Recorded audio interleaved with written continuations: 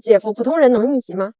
那姐夫就是一个普通人啊，我不是逆袭的吗？我小的时候在香港住在公租房，我们叫廉租屋，最低层的人住的地方。每一天我都有很多小强的朋友扑在我身上跟我一起睡觉，我不是一样逆袭的。回头看起来，其实姐夫是有很多东西我改变才有今天。如果要成大事，你不能被一些没有用的那个道给刮骨束下。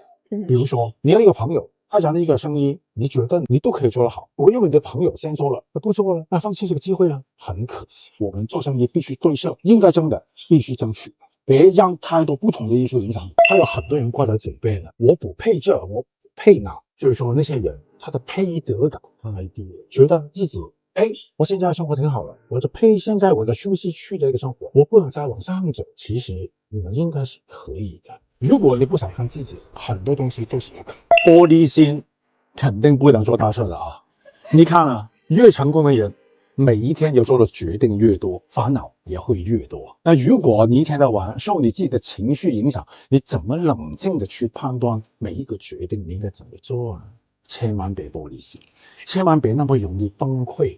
你要开心积极的面对每一个难题。其实不管你多大的事都是能解决的，不过如果你不扛受那个负面的情绪，会把你死死的压死。那你有烦恼吗？有啊，很多啊。不过怎么说？因为我烦恼我很多，我已经习惯怎么去面对这个烦恼。我会控制我的情绪，我会正面的会想这个问题，尽快去解决。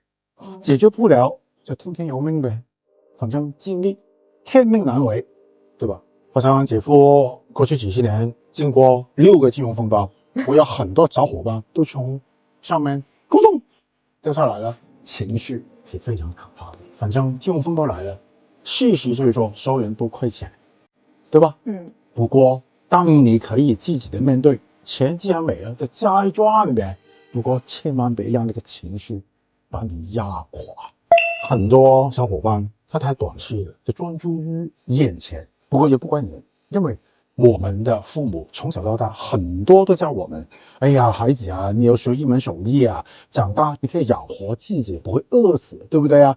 先搞定你基本的生活就好了。不过很多人浪费很多时间，太过于专注培养他们的技术，而忽略了培养他的思维。其实要做大事，思维是最重要的。